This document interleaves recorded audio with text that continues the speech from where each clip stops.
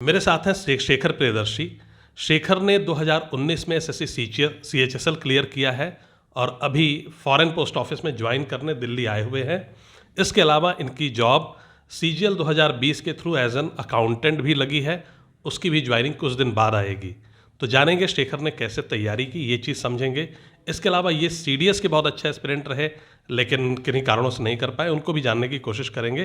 तो शेखर, स्वागत है आपका। सबसे पहले आप ये बताइए कि आप कहाँ से बिलोंग करते हैं, स्कूलिंग वगैरह, इस पे पूरी डिटेल में बताइए आप। सर, पहले तो मैं आपको धन्यवाद करना चाहता हूँ कि आपने मुझे अपना जर्नी शेयर करने का मौका दिया। तो मैं पटना बिहार से बिलोंग करता हूँ, जो कि मेन सिटी है। और 2018 में मुझे सीडीएस करने का मतलब बहुत ही जुनून सवार था, एक जो जोश होता है ना। मैंने 2017 में एनडीए भी दिया था फर्स्ट टाइम, बट क्लियर नहीं कर पाया। बट मेरे दिमाग में एक चीज़ था कि सीडीएस एनी हाउ निकालना ही निकालना है, कैसे भी करके। तो फिर मैंने एक मोटी सी बुक आती है मनोहर पांडे का, वो जीके जीएस का, यूपीएससी का। चूँकि सीडीएस जिस तरह का पैटर्न पूछता था वो यूपीएससी जैसा क्वेश्चन पूछता था, जैसे कि मैच द फॉलोइंग वाला होता है या स्टेटमेंट वाला होता है, उस तरह का पूछता था। तो उसके लिए काफ़ी डेप्थ मतलब नॉलेज चाहिए था। मेन इशू आता है सीडीएस में जीके जीएस का, क्योंकि 10% बच्चा वहाँ ही मार खा जाता है। तो 2018 में मैंने ये मनोहर पांडे खरीदा और उसको मतलब बहुत ही अच्छे से रिवाइज किया। मेरा फेवरेट सब्जेक्ट उसमें पॉलिटी रहा, क्योंकि पॉलिटी ऐसा चीज़ है कि वो आपका बन ही जाता है। चाहे आप सीजीएल उठा लीजिए, सीएचएसएल उठा लीजिए या आप सीडीएस उठा लीजिए, पॉलिटी से क्वेश्चन मतलब बनना ही बनना है, मैक्सिमम चांसेस होता है अगर आप अच्छे से आर्टिकल वगैरह रट रखे। लेकिन हिस्ट्री में मतलब हमेशा मैक्सिमम टाइम धोखा ही हो जाता था, क्योंकि वो मतलब उसके लिए आपको स्पेक्ट्रम वगैरह काफ़ी डेप्थ में पढ़ना होता था। और फिर उसके बाद आपका आ गया फिजिक्स, केमिस्ट्री, मैथ्स तो मेरा किया ही हुआ था। फिजिक्स तो मतलब ये सारी चीज़ें आपको फिर एसएससी के टाइम पे नहीं तैयार करनी पड़ी होंगी, है ना? हाँ, जीके जीएस मेरा मतलब सब कंप्लीट था। कितने नंबर आए थे जीके जीएस में? जीके जीएस मेरा 46.5 भी, मतलब 46, 50 से प्लस भी रहा है सीडीएस में। और ये सीजीएल में मेरा, सीजीएल 2019 में मेरा 30 मार्क्स था। सीएचएसएल 2019 में 33 था जीके जीएस में। और सीजीएल 2020 में मेरा 24.5 मार्क्स था। कितना? 24.5। और फिर उसके बाद 2021 में मेरा थोड़ा कम रह गया, मतलब 13 ही नंबर आया था, क्योंकि थोड़ा करंट अफेयर्स काफ़ी पिछला पूछ दिया था और उस वक्त में रिवाइज करने का मौका ही नहीं मिला था, क्योंकि 20 ख़त्म हुआ था, एक महीना मात्र बचा हुआ था। जैसे कि हम लोग का फरवरी स्टार्ट नहीं, जनवरी लास्ट में हम लोग का 2020 का टीयर 2 कंप्लीट हुआ था मैथ्स का। और फिर उसके बाद लगता है कि अप्रैल में ही हम लोग का प्री था, तो जितना कवर कर सकते थे जीके जीएस किया, तो उसी में मतलब 13 ही नंबर हो पाया जीके जीएस में। ओके। तो खैर जीके जीएस के लिए तो आपने बहुत ज़्यादा मेहनत नहीं की। और आप बता रहे थे कुछ मैथ्स की भी खास बात कि हमेशा आपके 50 में से 50 नंबर रहे सीजीएल में, हमेशा जितनी बार आपने दिया। कैसे संभव होता था ये? क्या सीएचएसएल में भी 50 आउट ऑफ 50 रहे? यस सर, सीएचएसएल सीजीएल जब भी प्री दिए 50 आउट ऑफ 50 रहा ही। और ये इसका कारण था कि 2018 में अभिनय मैथ्स करके एक चैनल आया था। तो अभिनय शर्मा मतलब बहुत ही अच्छे टीचर थे वो, और उनसे ही मतलब पढ़ते थे तो बहुत ही क्लियर हो जाता था। और सीडीएस में एक अलग पेपर भी होता है मैथ्स का, 100 मार्क्स का, तो उसमें मेरा अच्छा मार्क्स होता था, मतलब 80+ तो जनरली आराम से आ जाता था, क्योंकि उसमें आपको पेपर ओएमआर रंगना होता है। तो 2 घंटे में आपको ओएमआर रंगने के लिए भी टाइम चाहिए होता है। तो 15 मिनट हम लोग ओएमआर रंगने के लिए भी रिजर्व रखते थे। तो उसमें मेरा 80+ आराम से आ जाता था। जहाँ लड़के बोलते थे कि बहुत मुश्किल पेपर है, बहुत मुश्किल है, तो वहाँ दिक्कत नहीं होता था सीजीएल वाले लड़कों को। ओके। तो इस तरह तो फिर मतलब मैथ्स के लिए मैं देखूं तो एक तो आपने अभिनय मैथ्स चैनल फॉलो किया। किताबें कौन कौन सी की? किताब 2018 में अभिनय मैथ्स का एक बुक आया था, वो एडवांस मैथमेटिक्स का, तो वो कवर किए थे। और फिर उसके बाद अरिथमेटिक में ये उस वक्त सीडीएस का एक पाथ फाइंडर आता था, तो स्टार्टिंग तो प्रैक्टिस वही से किए थे, बट वो उतना इफेक्टिव लगा नहीं। तो अभिनय शर्मा का मतलब फ्री नोट्स भी आता था, मतलब ये पीडीएफ जो क्वेश्चन सॉल्व करना होता है, तो वो डाउनलोड करके 2-3 बार मतलब बहुत बार सॉल्व करते थे। तो उनका तरीका मतलब हम लोग बेसिक तरीके से जो बनाते थे ना, उससे एग्ज़ाम निकलना ही नहीं था। वो एक अलग तरीका होता है एग्ज़ाम क्रैक करने के लिए। तो वो अभिनय मैथ्स से मतलब बहुत ही हेल्प मिला। और फिर उसके बाद 2019 में गगन प्रताप को भी मैं मतलब फॉलो किया, तो वो भी बहुत अच्छे टीचर है। ये दोनों बहुत मतलब मैथ्स के लिए बेस्ट टीचर है। तो अब गगन प्रताप से भी जो मतलब उनका शीट रहता था 5 बार 6 बार जितना बना सके बनाते थे, क्योंकि मतलब जितना आप प्रैक्टिस करिएगा, मैथ्स का एक ही ट्रिक है, जितना प्रैक्टिस कीजिए, जितना तरीका जानिए, इवन कि अगर आपको कैलकुलेशन भी याद हो जाए ना, तो कैलकुलेशन भी मतलब याद कर लीजिए, क्योंकि आपको कम समय में बनाना। और एसएससी करता क्या है कि कुछ कैलकुलेशन को रिपीट करता है, तो वो कैलकुलेशन आपको मतलब स्पीड होने से कोई इशू नहीं होगा। और दूसरा बात, प्री में भी जैसे 2020 का मेरा प्री था, तो उसमें मैथ्स अच्छा डेसिमल, बहुत ज़्यादा डेसिमल मतलब क्वेश्चन आ रहा था, तो हमारा भी क्वेश्चन काफ़ी डेसिमल वाला आया था। तो वो देख के घबराना नहीं है, वो मतलब अगर जाए ना तो या तो आपके पास 2 रास्ता है, या तो आप अपना मल्टीप्लिकेशन बहुत ही फास्ट रखें, या दूसरा रास्ता है कि आप उसको जो है ना फ्रैक्शन में करके सॉल्व करें।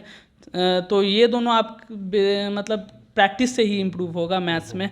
तो मैथ्स के लिए ये काम आपने किया, मतलब कोई विशेष बुक नहीं खरीदी थी आपने? विशेष बुक, प्रीवियस ईयर क्वेश्चंस ज़्यादा प्रैक्टिस करते थे, चाहे सीडीएस का हो, जैसे अब ये गगन प्रताप का प्रीवियस ईयर भी आता है, ये पीडीएफ के प्रैक्टिस के फॉर्मेट्स के लिए, उसमें सीडीएस कैट का भी प्रीवियस ईयर होता है, लेकिन कैट का 2018 तक और 2019 दो ठीक है प्रैक्टिस करने के लिए, बाकी उससे प्रीवियस लगाइएगा तो बहुत ज़्यादा हाई हो जाएगा, उतना ज़रूरत नहीं होता है। सीडीएस फिर जितना एसएससी का जितना एग्जाम है, सीपीओ, एमटीएस को भी अंडर एस्टिमेट नहीं करना है, कोई कुछ क्वेश्चन उसमें भी अच्छा आता है, तो उसको भी मेरे ख्याल से ज़रूर लगाना चाहिए। और जो क्वेश्चन नहीं बने ना, उसको हाईलाइट करके रख लेना चाहिए, और उसको दोबारा मतलब प्रैक्टिस करने के लिए, मतलब उसको दोबारा प्रैक्टिस करने में हेल्पफुल होता है वो चीज़। तो ये बात हो गई मैथ्स की, है ना। फिर इंग्लिश मीडियम से आप थे, जैसा कि आपने बताया, तो इंग्लिश कैसे किया आपने? सर देखिए, इंग्लिश मीडियम से तो थे, बट वो प्रैक्टिस उतना मेरा बेहतर नहीं था, ग्रामेटिकल बोलते, स्पीकिंग मेरा ठीक था शुरू से। इंग्लिश मीडियम वाले का स्पीकिंग ठीक होता, मतलब हाँ दिमाग में जो बोलना है वो आ जाता, बट ग्रामेटिकल थोड़ा वीक था, मतलब उतना बेहतर नहीं था जितना एक इंग्लिश मीडियम वाले का होना चाहिए था। तो सीडीएस के लिए तो एसपी बख्शी का बुक आता है, उतना सफिशिएंट था सीडीएस के लिए। और एसएससी के लिए? और एसएससी के लिए सर, एसएससी के लिए मुझे बहुत ही बुक यूज़ करना पड़ा, जैसे कि 2019 में पहले एक गोपाल वर्मा करके टीचर थे, तो उनका फ्री टेलीग्राम से भी कुछ फ्री वीडियोस निकलता है, तो उन्हें भी फॉलो किया, तो ठीक, वो भी अच्छे टीचर थे, उन्होंने भी मतलब उनका भी कंसेप्ट काफ़ी काम आया। और फिर उसके बाद नीतू मैम का बुक लिए थे अपने एक दोस्त से, वो भी प्रैक्टिस किए। फिर उसके बाद सबसे जो मेरा हेल्पफुल रहा वो रहा ये मिरर ऑफ कॉमन एरर, वो बहुत ही बढ़िया बुक था, मतलब कॉमन एरर के प्रैक्टिस के लिए। और सबसे बेस्ट बुक, मतलब अगर आप सीजीएल का प्रिपरेशन कर रहे तो एकदम बहुत बेस्ट बुक है वो कैब के लिए, बिना मतलब उसके प्रिपरेशन करना है प्रीवियस ही ईयर, बट वो करने से सारा क्वेश्चन उसी से आता है, मतलब मेरा ऐसा मानना है। ब्लैक बुक इंग्लिश वोकैबुलरी वो बहुत बेस्ट है इंग्लिश में, इससे बेहतर मेरे ख्याल से और कुछ नहीं हो सकता। और प्रीवियस ईयर आप लगा सकते हैं, जैसे कि पिनेकल का भी आता है प्रीवियस ईयर, तो वो भी बेहतर है, पिनेकल प्रीवियस ईयर। और किरण का भी प्रीवियस ईयर बेहतर होता है, लेकिन उसमें इशू क्या है कि आप दोबारा नहीं बना सकते। जैसे कि मैंने इंग्लिश में मतलब बहुत ही इंप्रूवमेंट किया, मतलब 150 ऐसे नंबर आते थे, लास्ट तक मेरा 170 तक गया। तो इसका तरीका ये था कि जो एक बुक होता है किरण का, उस क्वेश्चन को मतलब 3-4 बार बनाना, कम से कम 3 बार तो बनाए थे इस बार। तो वो कैसे बनाते थे, क्योंकि उसका पेज बहुत रफ होता है, एक बार बनाने के बाद दोबारा बनाने लायक नहीं रहता, तो उस कॉपी में जो है ना नंबरिंग करके कौन सा आंसर है वो मार्क करके अपना मैच करते थे, कि मतलब बुक गंदा ना हो, उसको दोबारा बनाने लायक रहे वो इंग्लिश। तो इंग्लिश में काफ़ी मेहनत किया और काफ़ी इम्प्रूव भी हुआ, पहले से बेहतर हुआ। और इंग्लिश का सेट तो एमबी पब्लिकेशन भी यूज़ की थी आपने, बिहार की काफ़ी फेमस किताब, बिहार से बिलोंग करते हैं आप? यस सर एमबी पब्लिकेशन का ये इडियम फ्रेजेस होता है वो पढ़े थे। और इडियम मेरा यही मानना है, एमबी पब्लिकेशन से बेहतर है टेक्स्ट बुक का प्रीवियस ईयर जाइए, वो लसेट लगा लीजिए, क्योंकि वही चीज़ है। और बाकी उस एमबी पब्लिकेशन तो सभी खरीद रखा है, और हम भी सर खरीद रखे, मतलब ये एमबी पब्लिकेशन का बुक, उसमें इडियम फ्रेजेस जितना होता है सब पढ़ लिए। और जो स्पेसिफिक लगा, मतलब जो उसमें प्रीवियस ईयर भी नहीं होता लेकिन रिपीट कर देता है कुछ वो क्वेश्चन, तो उसको मतलब हाईलाइटर से हाईलाइट कर दिया और उसी को पढ़े, मतलब टाइम वेस्ट ना हो, जिससे जितना समय बचा सके वो कैब के लिए। अब जो एक ही चीज़ हमको याद है तो उसको समय वेस्ट करना कोई फ़ायदा नहीं है उस पर। ओके, तो ये तो इंग्लिश की बात हुई है ना। Reasoning? Sir to be honest reasoning ज़्यादा प्रैक्टिस नहीं की है, क्योंकि रीजनिंग मेरे ख्याल से एसएससी में इधर वेटेज बढ़ गया है, मेंस में पूछने लगा, वरना प्री में मेरे ख्याल से अगर आपका बेसिक रीजनिंग भी क्लियर है तो हो जाएगा। बट 2020 से रीजनिंग मेरे ख्याल से काफ़ी बेहतर कर दिया था, तो उस समय से जो है ना 2021 में वही 2020 का जितना सेट है प्रीवियस ईयर वो अच्छे से लगा लीजिए, और जो लगे कि मतलब बढ़िया सवाल है, कंसेप्ट बढ़िया पूछा है, मतलब बहुत ही एक अलग सोच है उसमें, तो उसको हाइलाइटर से हाईलाइट कर लीजिए, और उसको अगर पॉसिबल हो तो दूसरी बार बनाइए, अगर नहीं पॉसिबल हो तो उस ट्रिक को जो है ना बुक के साइड में लिख लीजिए, जिससे एग्जाम में क्लिक कर जाए वो चीज़। एग्जाम में रीजनिंग में होता है कि एग्जाम टाइम क्लिक करना बहुत मैटर करता है वो कंसेप्ट, ये था। ओके, तो ये रहा आपका रीजनिंग का, है ना। कितने साल से मैं देखूं अगर सीरियस स्टडी तैयारी के हिसाब से, क्योंकि देखिए आपके सीरियस के लिए इसलिए समझा मैंने क्योंकि उसको छोड़ नहीं सकते, वो भी सीजीएल में पूरा काम आया। तो कितने साल से आप तैयारी पे लगे हुए हैं? सर 2018 से, जब सेकेंड ईयर में थे कॉलेज में, तो वहाँ पर कॉलेज में हम पढ़ाई भी करते थे, उस समय मेरा एनसीसी भी साथ में चलता था, तो कैंप वगैरह भी मतलब अटेंड करना इम्पॉर्टेंट होता था, वरना बी सर्टिफिकेट में भी मेरा अच्छा ग्रेड आया था, अल्फ़ा ग्रेड आया था। तो और सीम के लिए भी काफ़ी वेपन ट्रेनिंग, मतलब फिजिकली बहुत टफ हो जाता है, और उसको मैं बैलेंस करते हुए कॉलेज में भी मेरा अच्छा मार्क्स था, कॉलेज को भी बैलेंस करते हुए, और सीडीएस भी तीनों टारगेट था, तो ये थोड़ा मतलब हो जाएगा ये, मतलब कैंप के साइड से जो है ना हम घर भी आते थे कभी कभी बहाना करके, क्योंकि वो मोटा बुक भी ख़त्म करना था जो मनोहर पांडे का यूपीएससी का था, तो वो क्लियर ख़त्म करने के लिए मतलब हम बहाना मार मार के आते थे कि मेरा इंग्लिश का क्लास है वहाँ से, तो जाने देते थे वो लोग पढ़ाई को डिस्टर्ब नहीं करते थे, वो आर्मी वाले जो थे, तो वहाँ जा कर के मतलब जीके मतलब बहुत टाइम इन्वेस्ट कर, तीनों चीज़ बैलेंस करना एक थोड़ा मुश्किल होता है, तो फिर भी कर लेते थे, और सब चीज़ हो भी गया अच्छे से। 2019 मेरा ये टारगेट था, ऐसा ही 2019 ख़त्म होगा, कॉलेज तो ख़त्म ही हो गया, एनसीसी तो ख़त्म ही हो गया, फुल फोकस इसी में डालना, पहले से सब किया ही हुआ था, मैथ्स कर ही रखे थे, जीके जीएस कर ही रखे थे, बस एक परफेक्ट डायरेक्शन और प्रैक्टिस चाहिए था, जो कि 2019 में हम टेक्स्ट बुक का मॉक भी परचेज़ किए थे, और लेकिन मॉक हम लगाना मतलब सीजीएल का लेट से स्टार्ट किए, मेरा ध्यान मैक्सिमम फोकस सीडीएस के तरफ था, और एसएसबी के तरफ भी था, तो क्योंकि एसएसबी को भी देखना थोड़ा मतलब इम्पोर्टेंट होता था, तो फिर वही सर बैलेंस किए थे उस समय। ओके, तो ये रहा आपका 2018, 19, 20 टाइम लगा थोड़ा, है ना। और पहला ब्रेक थ्रू आपको क्या मिला?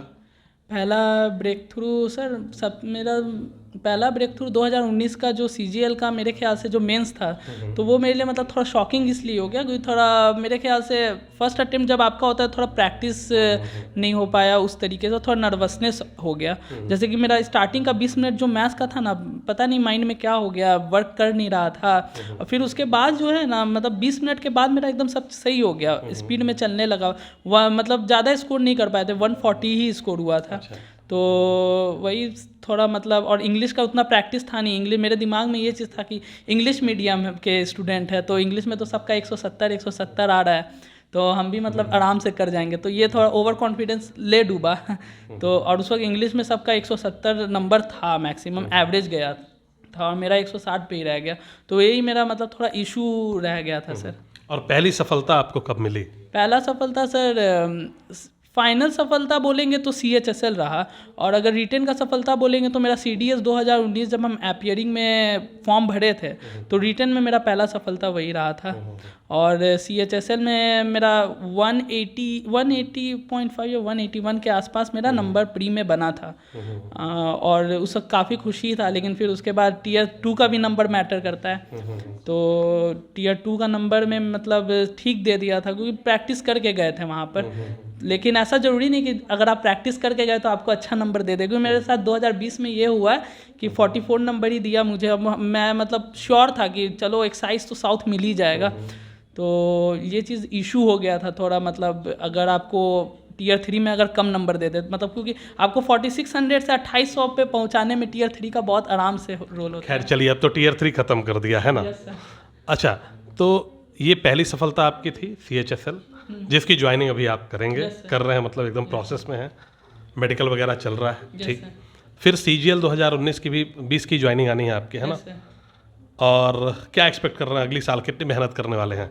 सर अगले साल तो डबल ए का सर आपका बहुत हेल्प था, तो वो मैं और मतलब मेहनत करके उम्मीद है कर लेंगे इस बार, क्योंकि मतलब वैकेंसी भी अच्छा है और थोड़ा हम मतलब डायरेक्शन भी प्रॉपर है, क्योंकि इंग्लिश मैथ्स तो कर रखा है, ये चीज़ क्लियर होता है। जैसे फर्स्ट टाइम आप तैयारी करेंगे तो आपको इंग्लिश भी करना है, मैथ्स भी करना है, अकाउंटेंसी भी पढ़ना है, इकोनॉमिक्स भी पढ़ना है, तो थोड़ा ये हो जाता है। लेकिन अब क्या है, मैथ्स कर रखा है, इंग्लिश कर रखा है, थोड़ा थोड़ा प्रैक्टिस करते हैं, मतलब मॉक लगाते हैं, और ये इकोनॉमिक्स और अकाउंटेंसी करेंगे तो उम्मीद है कि आगे और बेहतर कर ले डबल ए का।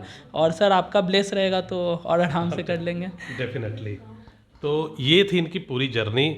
मैं जानना चाहूँगा आपसे कि इसमें क्या कभी कंसिस्टेंट थे एकदम आप, या ब्रेक भी हो रही थी कंसिस्टेंसी मेरा 2018 से 19 तक था, लेकिन जब बीच में कोरोना आया ना, तो उस वक्त थोड़ा कंसिस्टेंसी थोड़ा ब्रेक हुआ, मे बी अप्रैल मई के महीने में, बट जून में फिर रेगुलर हो गए थे।